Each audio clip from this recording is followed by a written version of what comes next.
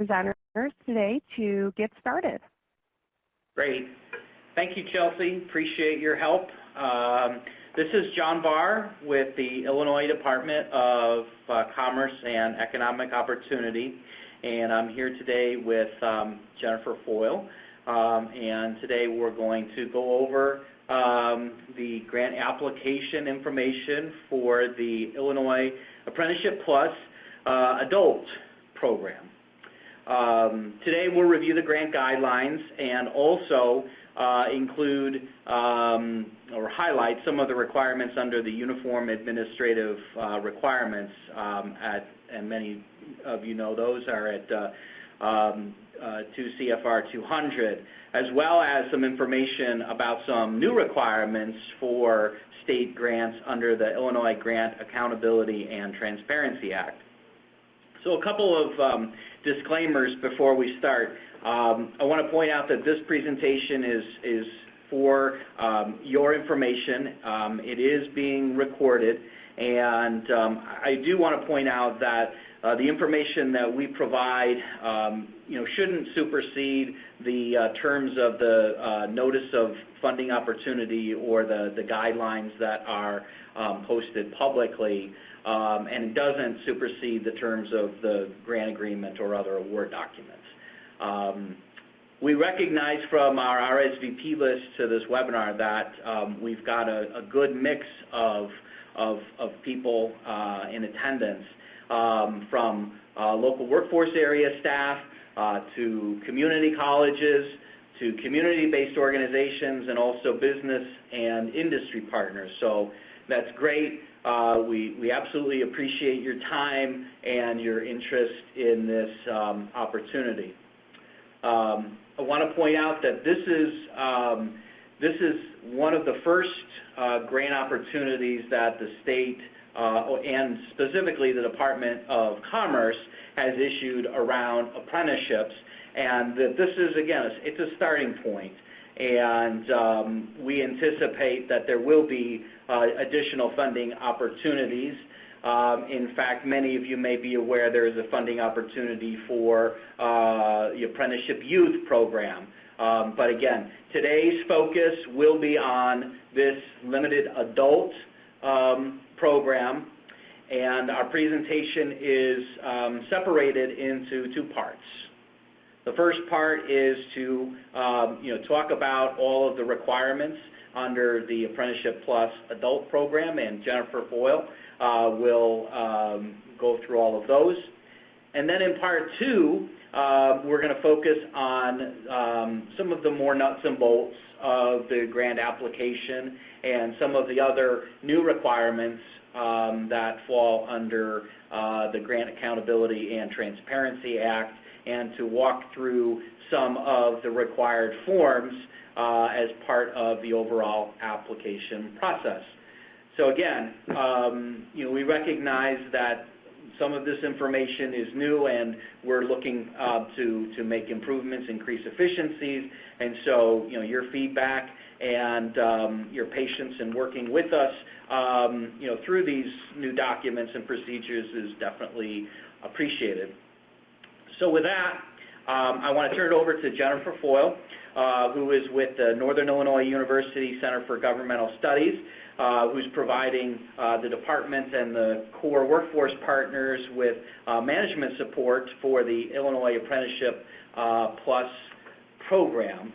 And Chelsea, before we turn it over, if you can go ahead and maybe make the presentation full screen, that would be great. Great, thank you.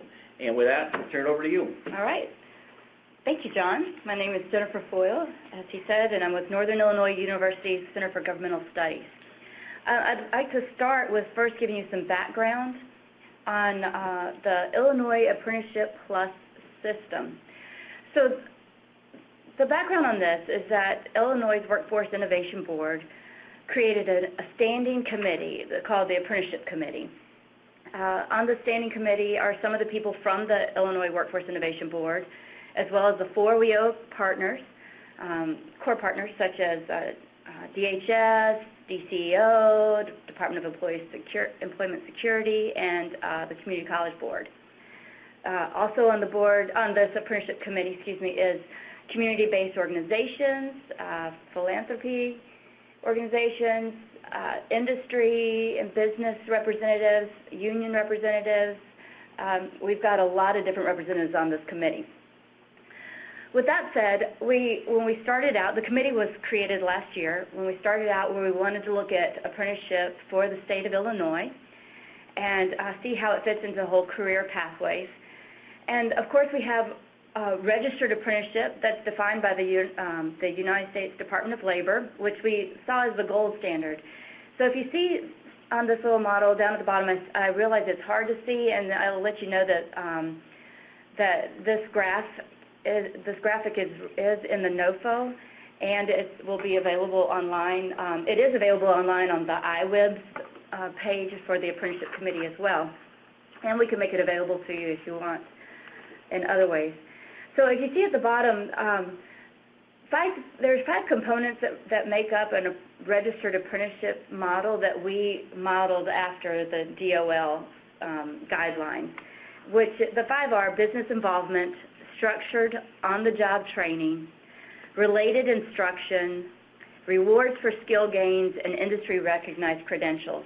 So if you see apprenticeship as an earn and learn model, and you have these 5 components, then that's the basis of a quality program that we wanted to see for Illinois. So we looked at what other states are doing. We interviewed our committee members as well as other people to see what they wanted a part of the whole system as a whole, and we came up with 4 different, as you might say, 4 different training types of training programs within apprenticeship, such as pre-apprenticeship, youth apprenticeship, non-registered apprenticeship is what we're kind of calling it, but that is a structured apprenticeship program that has all the 5 components and then also has industry-recognized credentials. And then, of course, you've got the gold standard of the registered apprenticeship for DOL. But these alone don't just work in a vacuum, so we had some emerging principles that came up when we were interviewing everyone.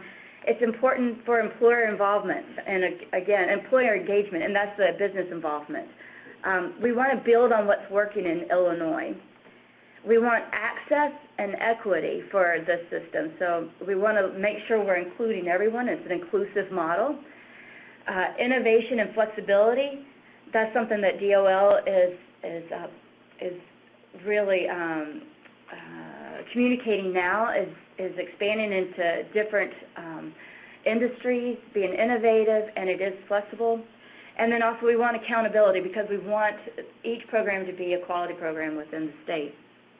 There's also infrastructure involved. You need your economic development, education, and workforce policies.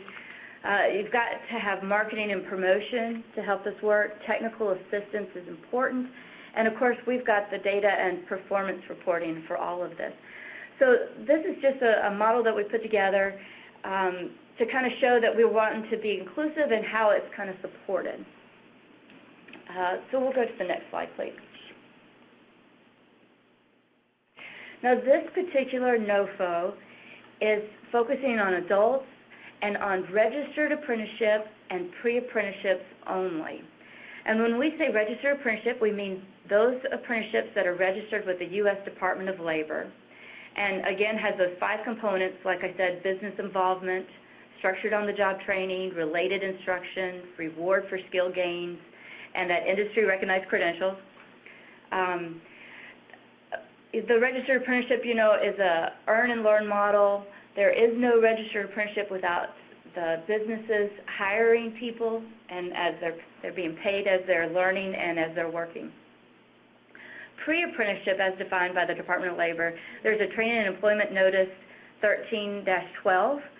The big thing here is to note is that you have a documented partnership with an existing registered apprenticeship with one or more registered apprenticeships. So what we're looking for in the pre-apprenticeship is usually pre-apprenticeships are prior to hire. When we say that a registered apprenticeship is earn and learn, pre-apprenticeship is kind of prior to hire usually. And this allows the participants to be brought up to a level to where they can enter right into a registered apprenticeship program. So it's important to note that this NOFO is for these two programs only.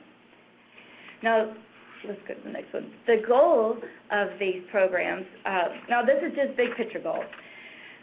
And it's one piece of the overall picture for apprenticeship, but we're wanting to expand registered apprenticeship throughout the state. We want to increase the number of apprentices, of registered apprentices, by 606 new apprentices. We want to increase registered apprenticeship programs in Illinois. Right now we have over 1,200 registered apprenticeship programs. We want to increase it by 46.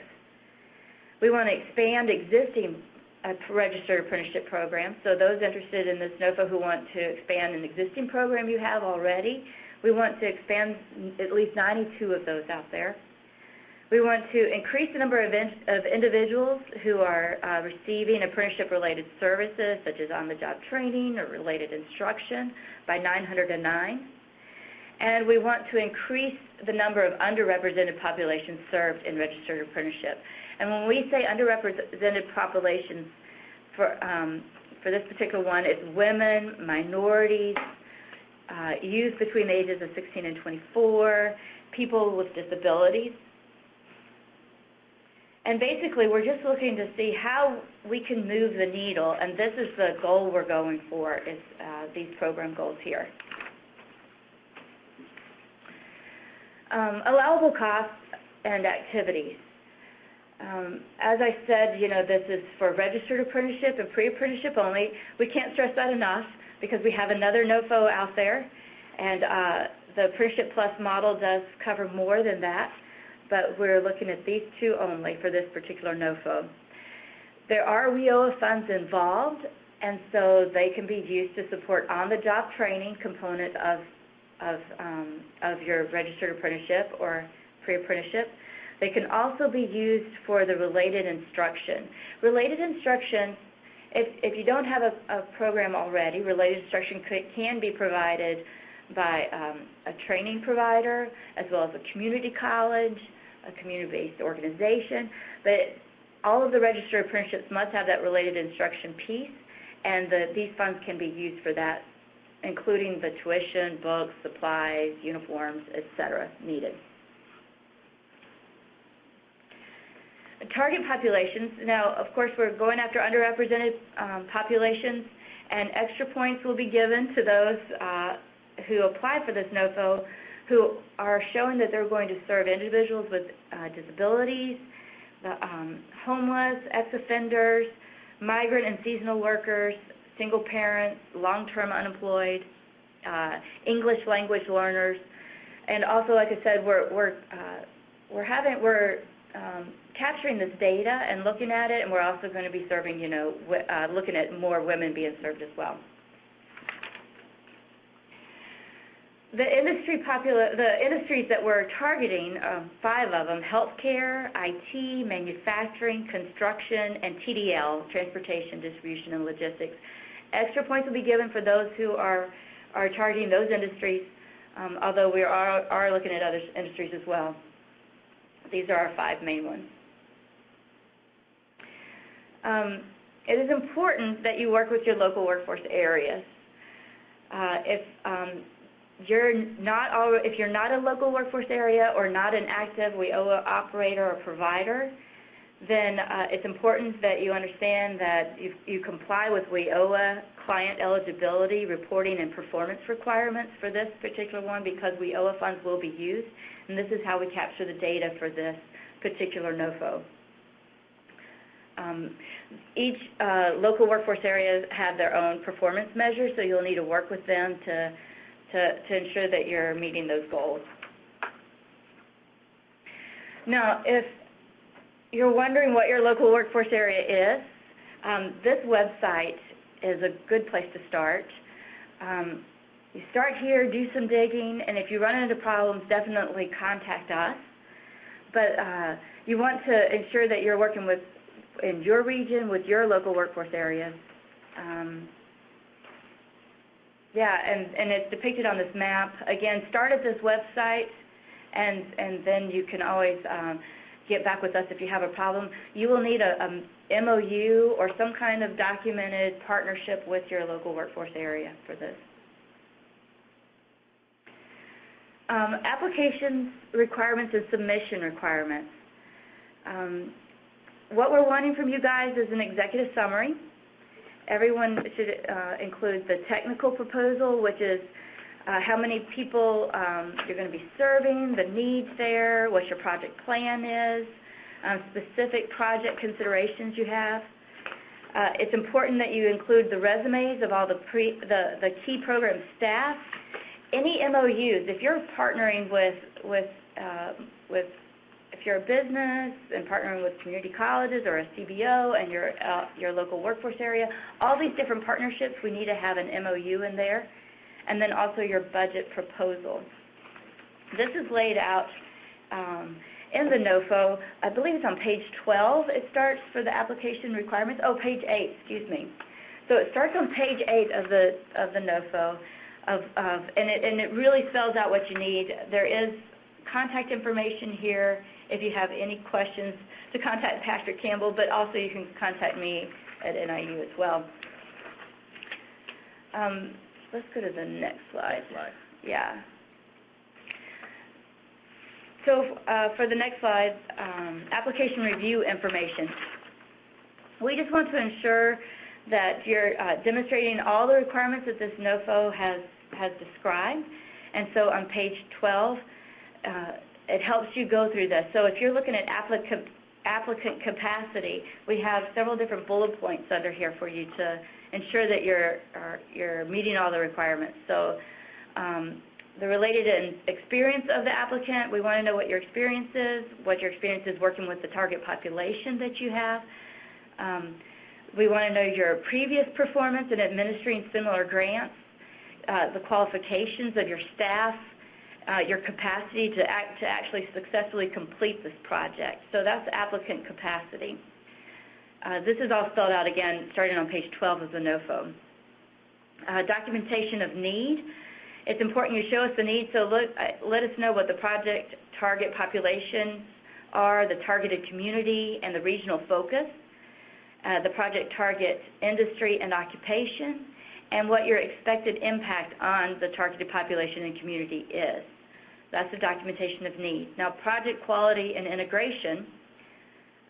We want you to tell us the types of training and the method of delivery that you'll be implementing, the number of participants, company served, participant recruitment plan, services provided to priority populations.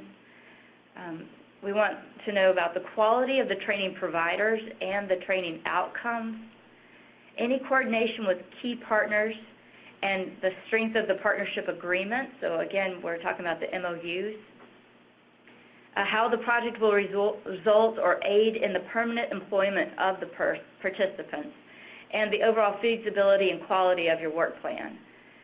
And for cost effectiveness and return on investment, we need to know the proposed project cost in relationship to planned outcomes.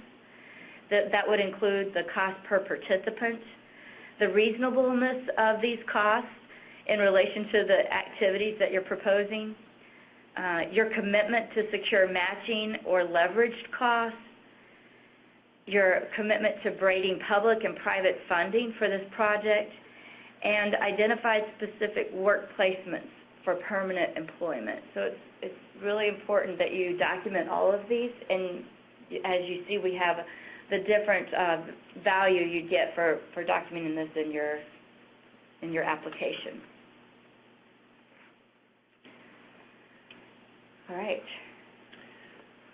All right, so I think that this is probably a good point to pause in the presentation and open it up for questions about the background of the Apprenticeship Plus program, the specific requirements around this adult program. Again, this is the first application, and I know we've been using some lingo, NOFO, right? Notice of Funding Opportunity.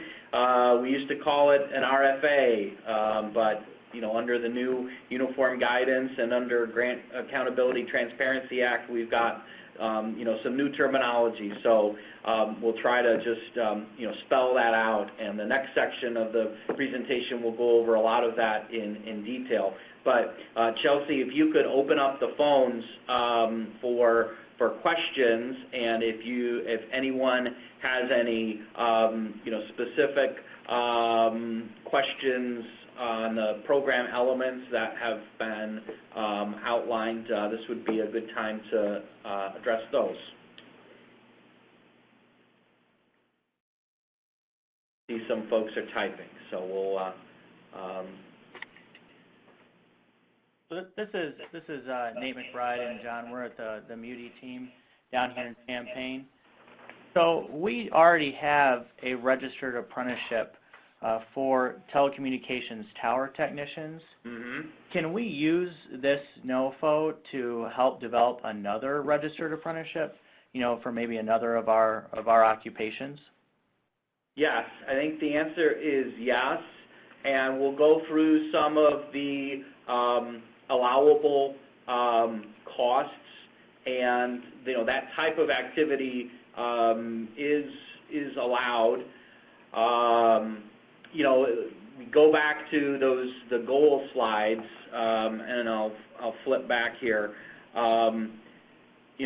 These are the, oops, I went too far. These are the numbers that under our federal award with the U.S. Department of Labor, these are our very broad goals, right? So, we anticipate there's going to be some significant activity around apprenticeships, and the expansion of new registered apprenticeship programs is certainly one of the things that Illinois and the Department of Labor wants to see. So the answer is yes. And I would emphasize the expansion of, individuals in apprenticeships are great outcomes, but also expansion of programs and getting people into those programs, definite outcomes that we want to see. Okay, great. Thank you. You're welcome. And then also, can I just add that the Department of Labor they may have all of the requirements already established that you need and can borrow to adopt and adapt to your needs for the new occupations or the new registered apprenticeships you want to do. So there's a lot of things that we can help with technical assistance, and then also working with DOL of helping getting that program off the ground quickly. Right. Yeah. And that's again something that the state is working to help coordinate and streamline to the extent possible. There is some other Department of Labor resources in Illinois, and it sounds like you may be operating a registered apprenticeship program now, and you're probably familiar with the process. But we definitely want to connect folks to those resources, and we'll be developing those connections and resources. But I would really emphasize that one of the intents of this application round is really to go after programs that are ready to go and are ready to expand, right? So we can, start moving the needle towards these numbers, right? We know that there's a lot of work to be done and that these are extremely aggressive targets. But the point is, hey, let's start with programs that are in existence and that are ready to expand. Other questions? So following up on that, my name is Rob Gorman from the Safer Foundation. How are you? Good, good. Hey, yeah, so we're a nonprofit, and kind of following up on that question, we don't currently have any registered apprenticeships or really work too closely with them, but it's been a conversation within our organization, and also we have some a vested interest in exploring this. Would you say that this is the right opportunity to start building those partnerships, or would you say start building the partnerships and sort of wait for a future opportunity? Yeah. I'm just trying to get a sort of a feel for what the, what you're looking to accomplish with this Sure. particular opportunity. Yeah, I probably what the latter of what you described, as far as if you don't have something specifically in mind as far as a registered apprenticeship program or a recognized pre-apprenticeship program, then it's going to be difficult. And the deadline for the application is March 6th, right? So that's right around the corner, essentially. So we would encourage you to use this application as a springboard for those discussions. But I think as like a primary entity in a proposal, I think that it would be pretty tough. Yeah, that's kind of what I was thinking. We have, we work specifically with the formerly incarcerated population. We have some strong industry partnerships, but would want to obviously, I think, try to figure out how we fit into the whole piece. And so, right, be happy to kind of start reaching out to some of those industry partners and, right, and sort of feel it out. Yeah. Right, and yeah, definitely some good partnerships there. And I believe that one of your the people at Safer Foundation, Mr. Arthur Bishop, is on our apprenticeship committee. Correct. And so we're really glad to have him on our committee. He's actually offered a lot. So definitely the partnerships, connecting your target population with people who already have pre-apprenticeships is big. Yeah, and again, I think that that's the intent. Use this as a starting point, and we do anticipate there will be additional opportunities that may be less restrictive. Again, highlighting the fact that we're only targeting adults, right, and we're only targeting those DOL-recognized registered apprenticeships. And I should say that the context for all of this, as the state of Illinois was awarded a federal expansion grant, and that's why we've got such a tight timeline, right? We basically have 12 months to operate a program starting in April and May, right? Because that's when a large portion of the funding for this particular funding opportunity expires. And so, that's why we're going after programs that are ready to roll. And there will be other opportunities out there.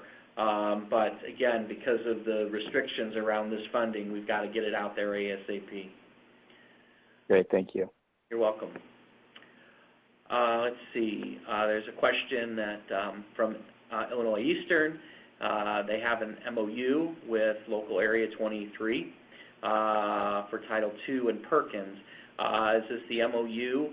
Well, actually, we would need you to be engaged with your Title I partner as well. So on the WIOA adult eligibility side, and to the slides regarding eligibility, we mentioned, or Jennifer mentioned, that one of the requirements is that you have a partner with a local workforce area.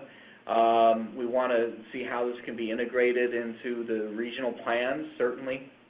But also, there may be other qualified contractors out there that you can partner with that have expertise in documenting eligibility, doing those assessments for individuals.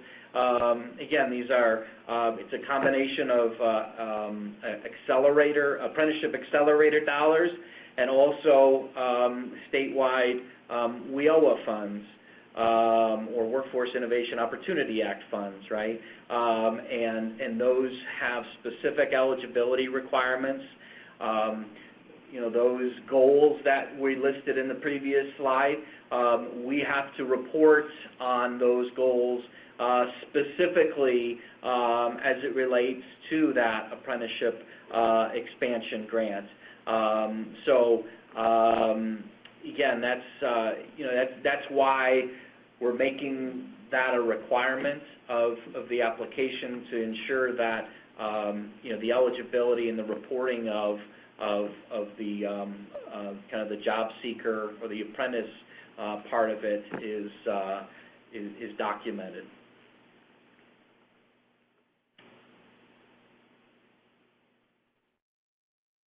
I think I see that looks like, okay, follow-up question. CES has Title I. Yes, so the answer is yes. So an agreement with CES and Illinois Eastern would meet the requirements. So, I mean, basically you've got to have a discussion to ensure that your, so the people you're serving, the adults that you're serving, that you've got an agreement on how you're going to manage kind of the assessment and the reporting of those individuals into our state workforce system, which is, it's called the Illinois Workforce Development System, or IWDS, for those folks who know it. All right. Any other questions before we get into the more technical logistics piece of this? All right, seeing no other questions, and we'll have another opportunity as we get towards the end of the slide deck to open it back up. As we look at the application requirements again, just take a look at that application and make sure that your narrative proposal addresses all of those issues within that are outlined. I think what is it, on page 8 of that application. You've got significant amount of flexibility with how you present that, but the key again is to ensure that you hit all of those elements. Make sure that when you're expressing that in your narrative proposal that you consider the application review criteria, because that's exactly how your proposals will be reviewed and as part of the whole recommendation process. So with that, if there aren't any questions, I'm going to go through a portion of the slide deck that I know several of you may have already seen. And going to go through the grant registration and pre-award review process. And then I'm going to go through the uniform budget template. So those of you who have heard this presentation or this type of presentation or instructions before, feel free to mute me or leave the call. But I want to be respectful of your time. But I do recognize there are many of you on the call that have not heard this. What I'm going to go through in this section are many of the new requirements brought about by the Grant Accountability and Transparency Act. This is a law in Illinois, and the goal is to increase efficiencies and streamline operations and the grant-making process among state agencies. And it's also to increase the accountability of state funds, whether those are state general revenue funds or whether those are federal pass-through funds, which of course these grant dollars are federal grant funds. And so over the last year or so, we've been at the Department of Commerce working with the Office of Management and Budget and other state agencies on developing standardized processes and procedures, and that's why I noted that instead of calling this an application or an RFA, request for application, we're now calling it a notice of funding opportunity. And the theory is that all grant opportunities, no matter if it's Commerce that's offering the grant or if it is Department of Human Services. We're all calling it the same thing, and if it's a competitive award, we're making more people aware of it. So to that end, I would point you to the grants dot, oh, I'm going to mess it up, right? I didn't write it down. So it is grants.illinois.gov, grants.illinois.gov, and there is a location that you can click there to look at all of the grant funding opportunities available from all of the state agencies.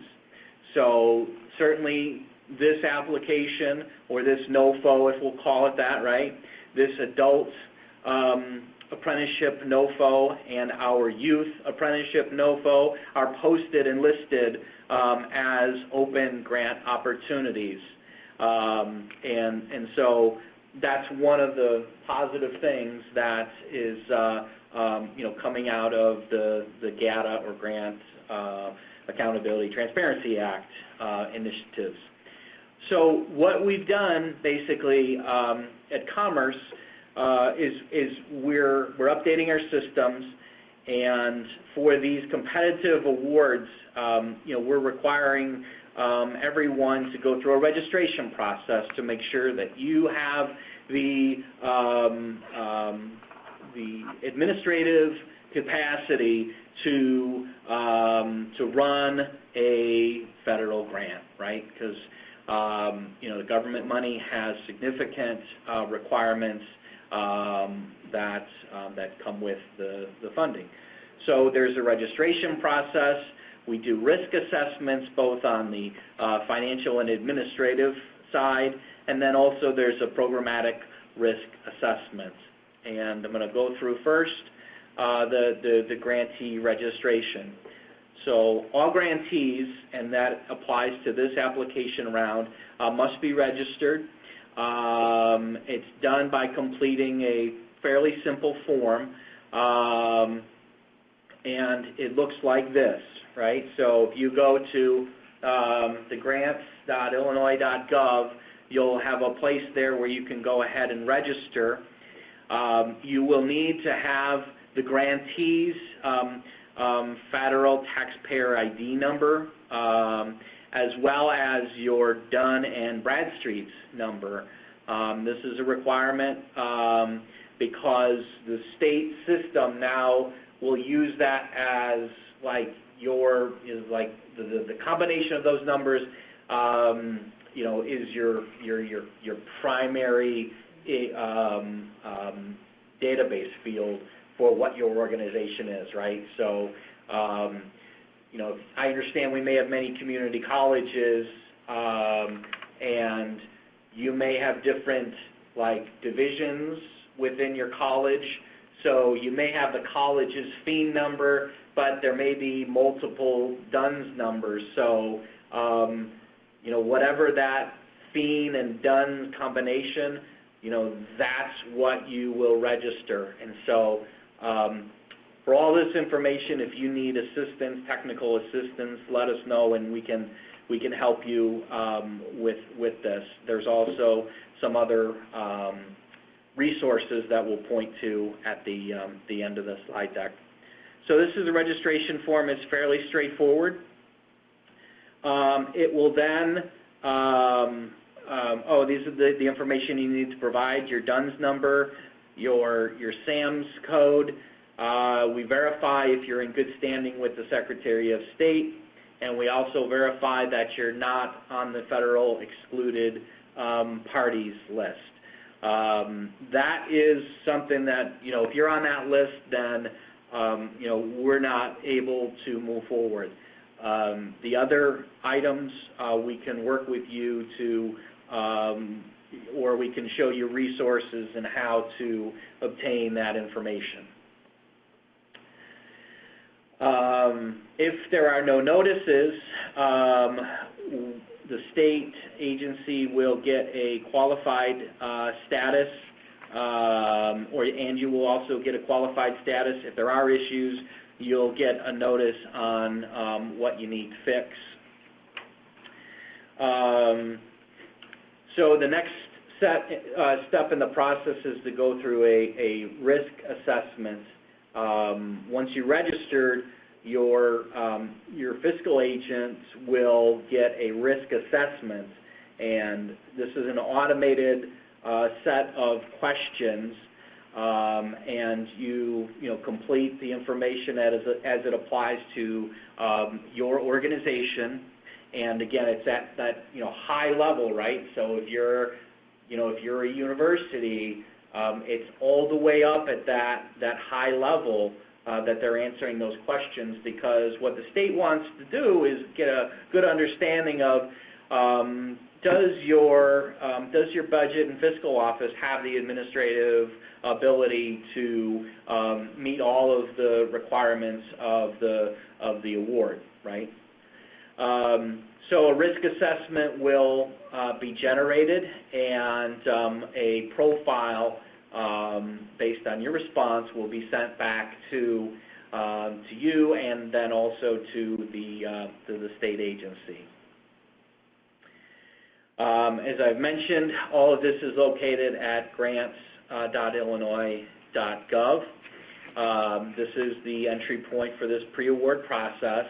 It also has a lot of great information.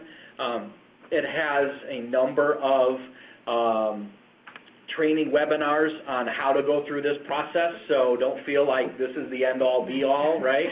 But then also I want to emphasize, especially because we are on such a quick turnaround, that it is not our intent to have any of these registration requirements be used as a way to exclude entities from applying from this grant. So we are not going to throw out applications because of difficulties with registration or with the with the completion of a specific form. To be sure, the content must be there, right? The key is, what is the substance that you're presenting? How does that apply to the goals and objectives? How does it meet the information that's outlined on page 8 of the application? How does it link back to the criteria listed on page 12? Rather than, I'm having trouble with X, Y, and Z on the system. Bottom line, we want to work with you through the kind of the red tape part of this. So one of the new requirements to many of you will be the application or use of indirect cost rates.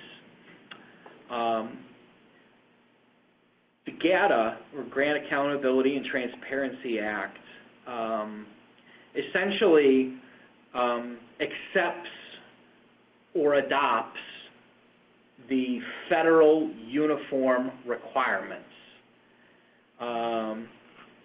Those requirements outline that grantees have to use a more standardized process of accounting for their indirect costs, or costs that are not directly associated with a grant activity.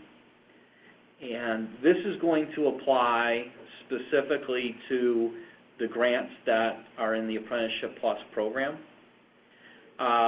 So you will be required to, as part of the Office of Management and Budget, at grants.illinois.gov, make a selection of what your organization intends to do as it relates to indirect costs. This presentation is not intended to go into discussions about indirect costs. We have a whole separate webinar and resources that we would point you.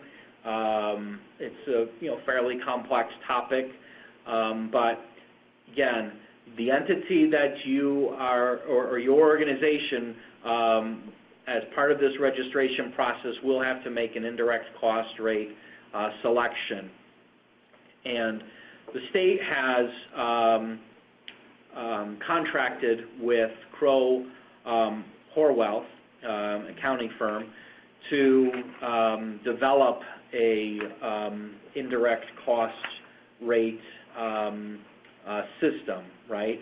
And again, indirect cost is a device used to determine the appropriate amount of indirect costs that each program should bear. So these are costs that you can't directly tie back to the activity that is being focused on a specific program. So there are several options on your indirect cost rate. Number one, you can use your current federal indirect cost rate if you have a rate with the federal government. Number two, you can negotiate a rate with the state of Illinois by going through this, working with Crowe Horwath and supplying them with specific information about your organization. You can elect to utilize a 10%, what they call a de minimis rate of the modified total direct costs. You can use a restricted or special rate that's not used very often, or you can choose not to be reimbursed for any indirect costs.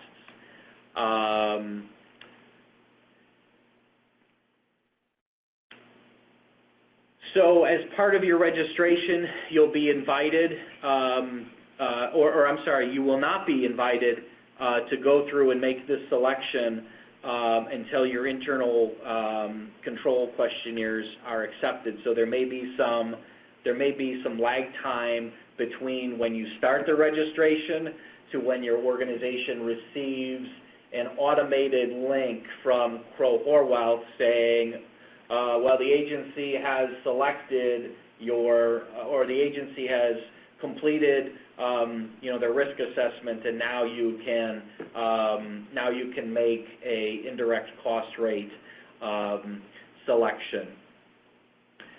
Indirect cost rate proposals, must be received within 90 days of the start date of receiving the state awards. And again, if you have questions about indirect, contact me, and I can point you to the correct resources, because again, it's a complex topic, and we are working through a number of details.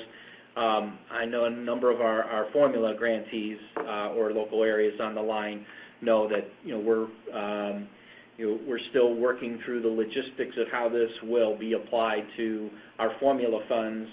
But it's important to note that what your organization selects for one grant has to be selected for all of the grants that you utilize with the state.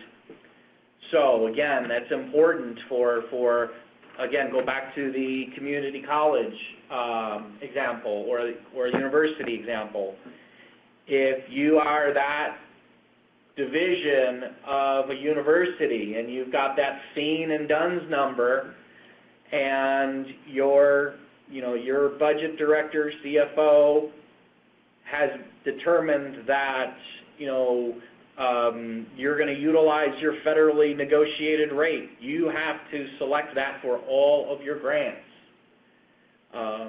If you are a nonprofit organization and you determine that you want to just utilize the 10% de minimis rate, you must utilize that on all of your grants.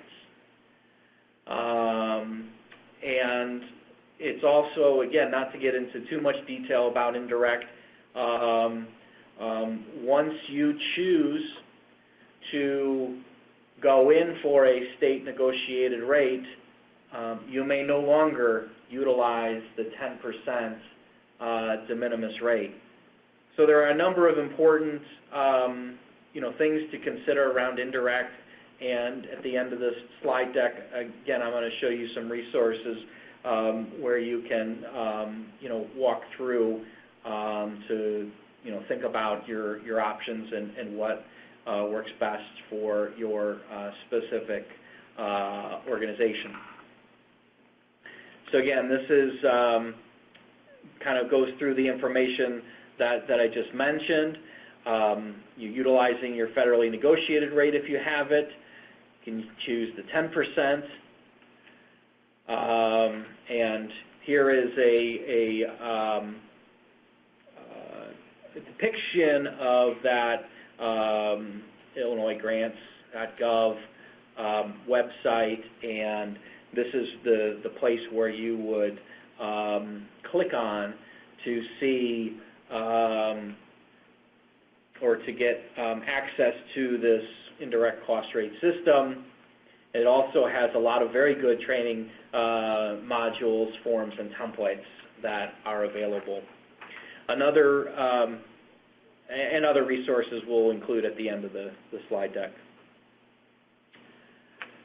So that kind of concludes the registration process. Easy, right? I want to now shift over to the uniform application for state grant assistance. And this document is, basically, which many of you are previous grantees or may be previous grantees with the department. This is essentially the old DCEO standard grant agreement. And Chelsea, I'm hopefully going to share my screen here. Hopefully this will work, and tell me if you can see the uniform grant application. Yes, can you see that?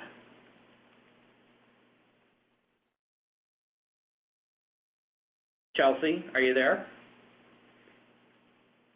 Yep, I pulled it over, so everyone should be able to see it now, John. Okay, great. Thank you so much.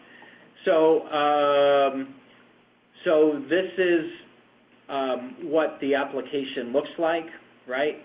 So this first portion is just some background information that the department has provided. Your fiscal folks may want to know what the CFDA numbers. You'll see that those are listed here. You'll see that there's 2 funding sources anticipated for this grant. You'll see here this funding notice 82-210. That ties back to that list of all of the open grant opportunities available in the state. Again, this just talks about some of the background information, about how applications are due on March 6th, that they should be submitted electronically to grantapplication@illinoisworknet.com by 5 p.m., that we require these documents. We require this signed application, an executive summary, technical proposal, resumes, partnership agreements, and the budget proposal. And now this is where your organization provides their information. So pretty straightforward information about your legal name, your organizational unit, the name of the organization that is that's reporting, your business administrative office contact. We want to know the areas that are effective, legislative information, information about your project, estimated funding, start and end date, and then really this is kind of the key, and this kind of goes back to some of the new requirements by the uniform guidance and the auditors, right? They want to see that an authorized representative of your organization is signing that the information is true and accurate to the best of their knowledge, right? So this is a document that is new, but it is just kind of a refinement of what the department has previously used. So Chelsea, if you could switch me back here to the PowerPoint. Thank you. And we'll just kind of go through now the budget template. But before we do that, I want to talk about some of the just general concepts around budgeting. Some things that are going to be applicable across all grants, whether they're state or federal, and again, that the costs that you're requesting are allowable, that they're reasonable, and that they're allocable. And we'll go through all of those. So some of the costs, again, and the reference number here at the top is from the Uniform Administrative Requirements, the 2 CFR 200.403. And again, we take it right from the federal regs, talking about, these are factors that affect the allowability of cost. And a lot of this is common sense information that essentially if this was your money as opposed to government money, you would do your best to get the best price and get the best deal, right? That you would, utilize generally, you would operate in accordance to generally accepted accounting principles, and that that the costs that you have are adequately documented, because one of the requirements of these grants is that you will be monitored. Next slide, reasonable. Again, it's reasonable for the amount that you, it's fair market prices. Are you acting prudently? And are you acting consistently with your organization's policies and procedures, and that also includes the procurement of goods and services. You shouldn't treat the government's money one way and your private funds another, right? So if you shouldn't have one price for the government's training and a discounted price for the rest of the world, right? Allocable. So the costs are, you can trace it back to the federal awards or the purpose of the awards, right? That it's benefiting the award and benefiting the projects, and again, it's pretty straightforward. We talked about those types of costs, those direct costs and indirect costs at quite a bit of length, but here are some more some more detail around those, and again, some citations if you're interested in reviewing that more. So I want to now go to the uniform budget template, and this is something that is one of the most significant changes for our current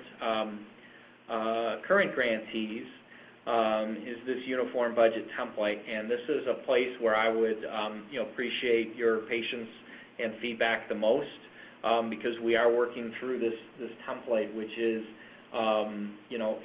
at first glance it is overwhelming, frankly, in my opinion. But again, we're working through some of those details. So the budget has a number of sections. I'm going to flip to them in a minute. It has an instruction page.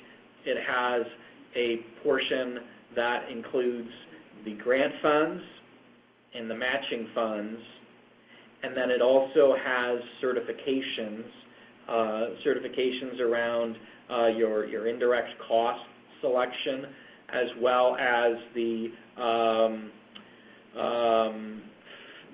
FATA, right, another alphabet soup, Federal Funds Accountability and Transparency Act data collection form is a new requirement. And then finally, the budget worksheet and narrative is included. And that's where all of your costs roll up. So I am, Chelsea, if you can, let me see if,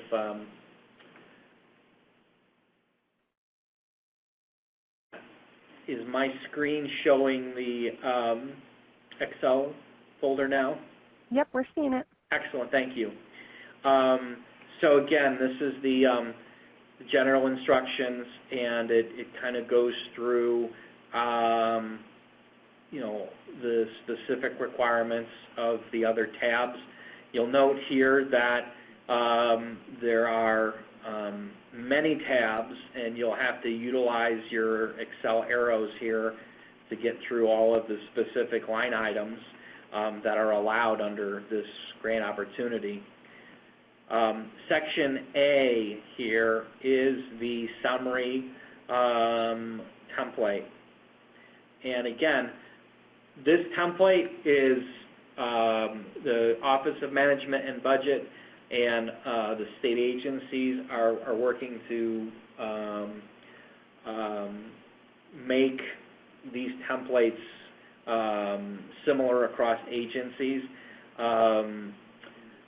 but we recognize there's a lot of concerns in just how this is actually flowing.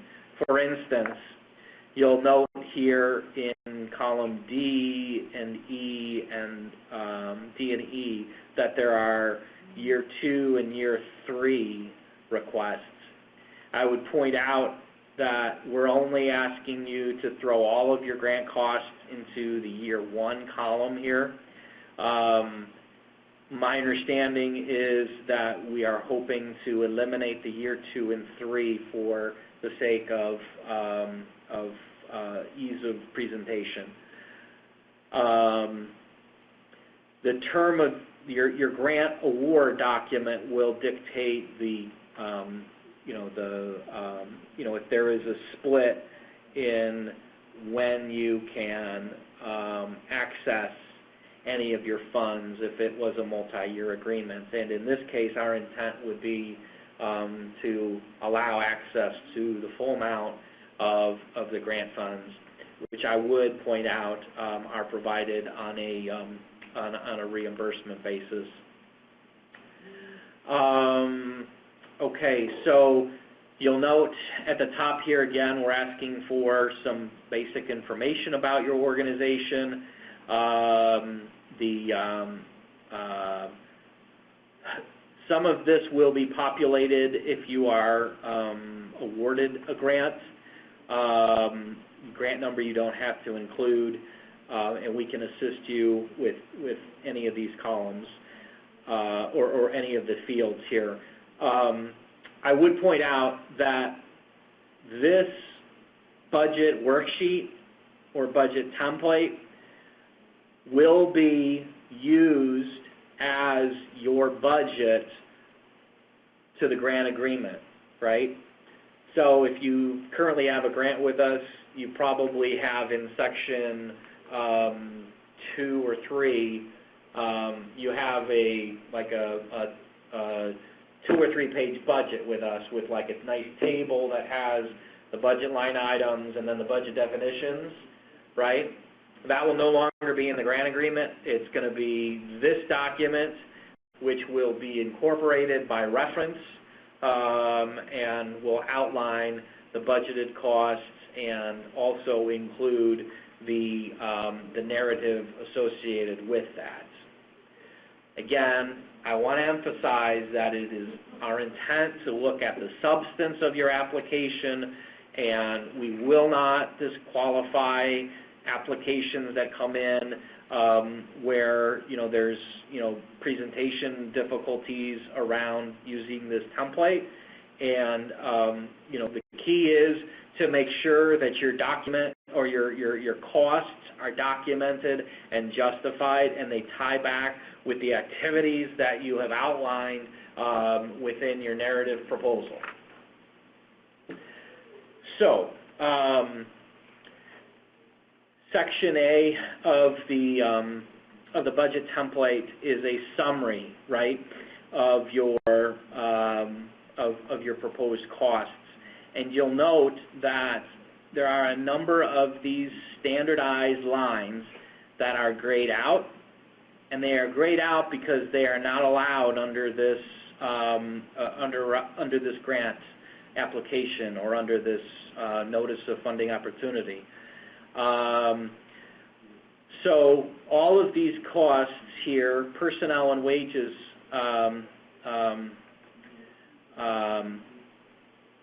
you'll see there is a corresponding tab.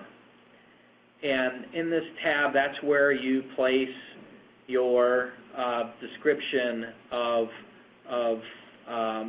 what it is you're going to be providing. So the staff, and you break it out by position, number of hours, and then the estimated cost. The cost that you put in here in this worksheet will tie back to this summary sheet. So you cannot direct enter into the summary sheet. You have to utilize this, the tabs to make it roll up. And again, you have an opportunity here to provide narrative. If you want to expand this, expand it as much as possible. If you've got another page of Word document to support your costs, we certainly will accept that. But the key again is to be as concise and accurate as you need to be to document and justify your costs. So I'm not going to go through each one of these budget line items. I would just note that these little numbers here, the 2 CFR 200.430, that just corresponds to the definition from the federal government around what does the government mean when we say personnel, salaries, and wages. Next section is I referred to having to make an indirect cost rate selection. Well, this is the page for this specific grant that you have to show, what did your organization select on that registration website. Again, you need to be consistent with what you selected on that website to what you select here. So if you selected the 10% de minimis rate, you must select the 10% de minimis rate here.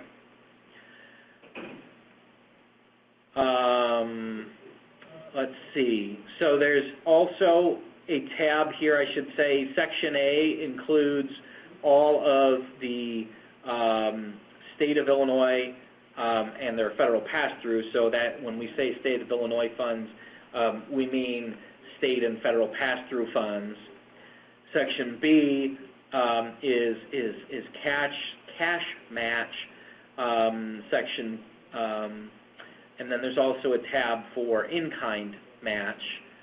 Again, you can utilize the budget tabs to indicate what those costs are, and those should tie back to the applicable summary sheets. In future years, we have made the suggestion, and this is a quick aside, that all of that match roll up into one of these columns, right? So we would have, here's your grant funds, here's your match funds, and here's your total project. But we're working on it. Another requirement is that federal Funds Accountability Transparency Act data collection form. This has to be completed, and I'm not sure if there is a separate signature on this, but I do believe that it is part of the complete package that is signed on this certification page. And, we do require, a chief financial officer or equivalent, as well as an authorized signator from the organization to sign off that, again, that they've reviewed this budget and that it's true and accurate to their best knowledge. So, okay, I'm going to go ahead and stop sharing. And we're going to kind of move to the, we're going to the home stretch here. I've gone through all of these slides, so I'm just going to very quickly go through matching funds. I would point out that if you're going to propose matching funds, and matching funds will get you, additional consideration or points, basically, in the competitive review. Matching funds have to meet all of the requirements of your grant funds, and so they have to, they have to be allowable, allocable, and reasonable. Those are kind of the key things there. We recognize that there may be other federal funds, other federal programs that you may be leveraging with that, and we want to also, capture those funds.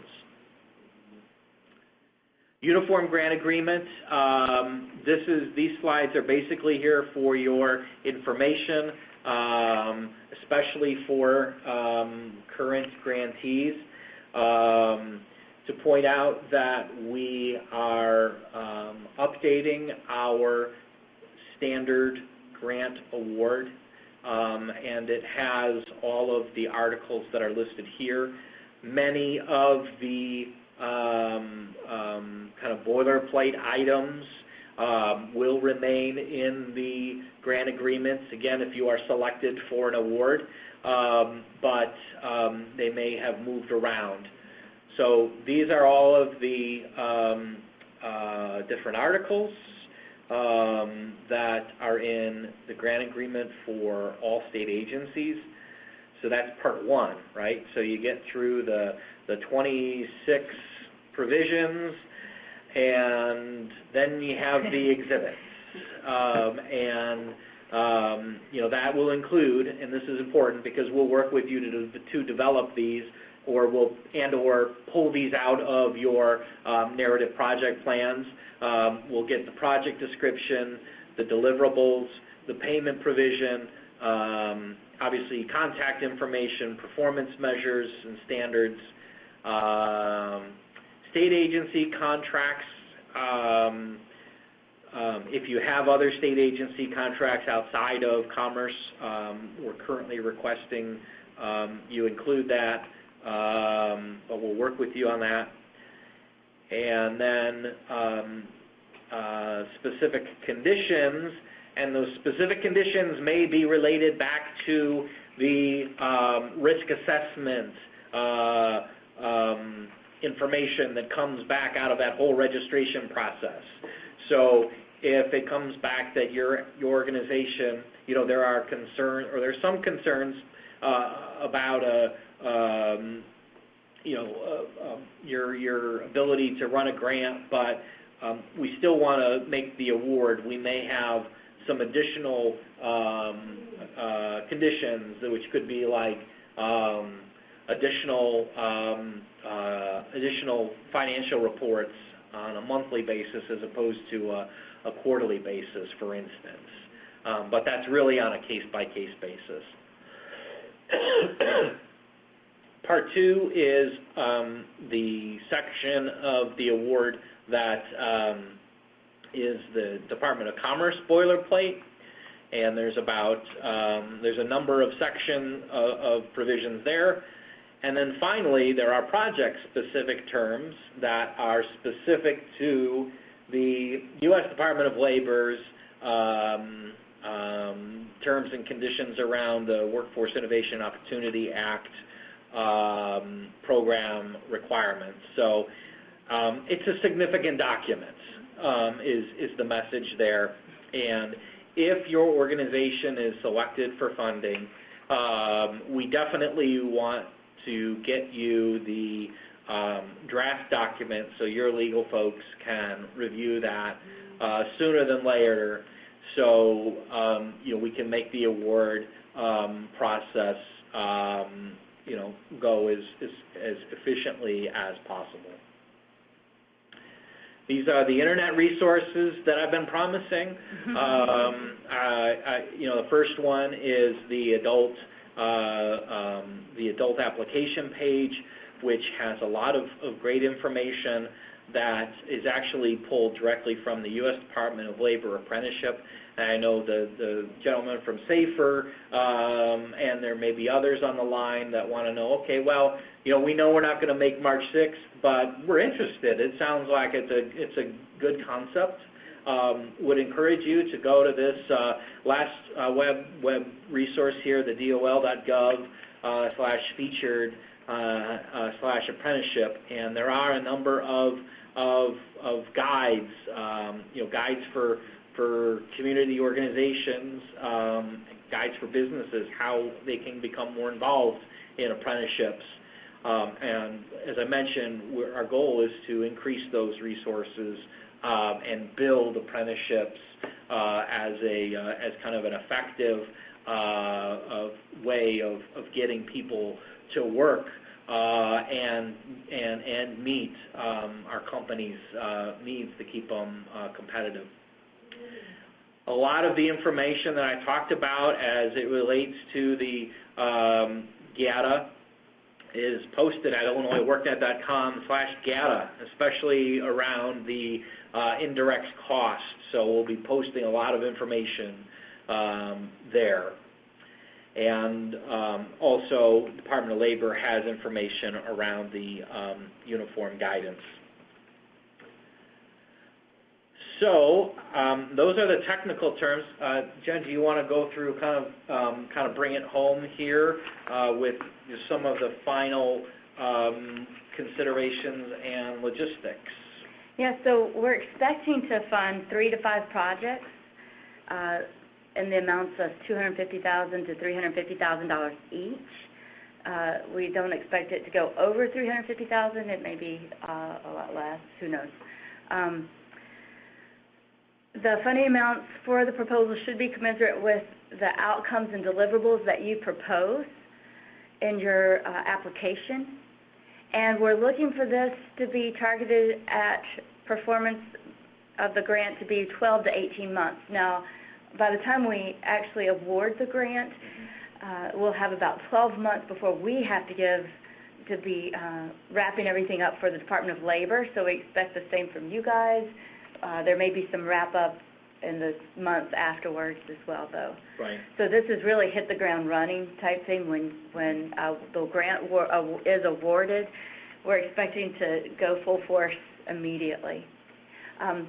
Again, we asked for a technical, the summary, an executive summary technical proposal. We need resumes, any MOUs or partnership agreements, and then the budget. These are all due by 5 p.m. Central Standard Time, March 6, 2017. So we have a little less than a month to have all of these due. They'll go through an evaluation process. They will be awarded by March 31st. If you have any questions, you do it to this, I'm sorry, please submit them to the grant application at illinoisworknet.com. We do have some requirements that you do this in an 8.5 by 11 inch paper, 11-point type, 100% magnification. Tables must be present information at 10-point type. So, and please limit it to 12 pages for your technical proposal. If you have any questions, you can send them to Patrick Campbell at illinois.gov, patrick.campbell. He will funnel them to us, and we will get back with you guys as soon as possible. They're asking if double-spaced or single-spaced pages. I think that is... I think it's single. I mean, it's make it readable, right? Right, right. Yeah, and I think the other key is, the questions that were, brought up. I think there were a couple of questions that were brought up here. We'll certainly post in our Q&A, yes, right? Yeah. And I think there was, I think there is currently one question that that came in. So we'll have it on the application page in Illinois WorkNet. We'll have an FAQ, and so you can go there. So any question that's asked of us, we will post it so that everyone will get the same information. Right. We'll post the answers too. Right. And Chelsea, I'm just going to share one more time here on my screen just to show everybody. This is the application website here, and you'll see that all of the application documents can be downloaded here. Here are the resources that we talked about from U.S. Department of Labor, which we definitely encourage you to look at. And then here are the FAQs or the Q&A resources that are posted here. So with that, I guess we'll open it back up to see if there are any other questions.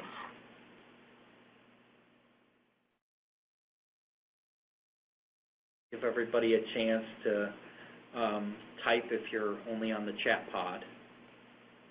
So if we have not yet received a grant ever from the state of Illinois, would you say the first step is to go to grants.illinois.gov and begin the pre-award process? I think so. That's a great first step for your kind of your financial management and kind of like the business end of your operation, right? Is to work with them to explain, hey, the state has got this new registration process. And the key thing there is once you do that registration, that's good for all of the state agencies, not just Commerce. And if you've already done the registration process, you don't have to do it again. And that's really important. I'm glad you asked the question so I could make that point. Thanks. You're welcome. Thank you. But then also, as you work with your business team, then I would have your your program team, really hit the ground running. Go back to that page 8 of the application, and start outlining what your game plan is, and all of the specifics about your training, and again, how it relates back to the criteria, and then how that relates back to the budget, and how you're going to support the activity. Yeah, just paint a clear picture for the evaluators to understand exactly what your outcomes are expected to be. All right, we got a couple of folks typing, looks like. Okay, Illinois Eastern have number of technical programs. Can this grant be used to do more than one apprenticeship in multiple disciplines? We're setting up apprenticeships in a template that cross different academic categories. Apprenticeships in a template. Well, as long as they're registered apprenticeships with DOL or the pre-apprenticeship definition. Right. Yeah, that's right. I think that the key is that when we say registered apprenticeships. These are apprenticeships that are recognized and went through the formal recognition process. It's outlined in the definition of the application, right there on page 1, where we talk about registered apprenticeships as defined by the Office of Apprenticeship. And we can there may be opportunities to develop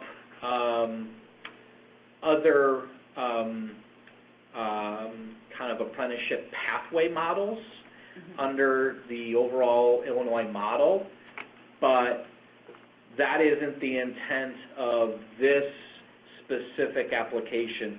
This one, you have to be funding activity that is directly related to existing DOL, Department of Labor recognized registered apprenticeships, or expanding into new registered apprenticeships. So I just want to make that distinction. And definitely, as a community college, you can partner with others, and the related instruction piece can be covered under this NOFO. Also, I know that Harper College is an actual sponsor of registered apprenticeships. So as a sponsor, they handle the paperwork and make sure everything's taken care of, and they're like an intermediary to the different businesses. And Harper College has said, especially Dr. Rebecca Lake, has said she would share all of her forms and paperwork and everything necessary for other community colleges to become sponsors as well. So this could be an opportunity there.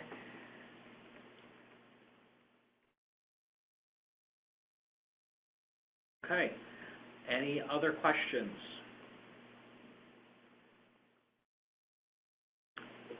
Going once? Twice? All right. Well, again, I want to thank you all for listening this afternoon and your interest in this grant opportunity. Please forward any questions to us. And as applicable, we will post those to the Q&A section of the workNet page where the application's on. So, check back there if you want to, see information that we're sharing with everybody. We hope that this is a good opportunity for you, that you can make the stars align and come in, and we look forward to many projects, and know that, again, this is just the start of this kind of initiative and in the funding component of this. And so would encourage you, even if March 6th is just can't happen, I'd encourage you to continue the discussions and the momentum, and there may be opportunities in the near future to support your initiative through a number of funding mechanisms. So with that, we'll go ahead and sign off. And Chelsea, I want to thank you again for your assistance as always, and wish you all the best for good afternoon and good weekend. Thank you all. Thank you, guys.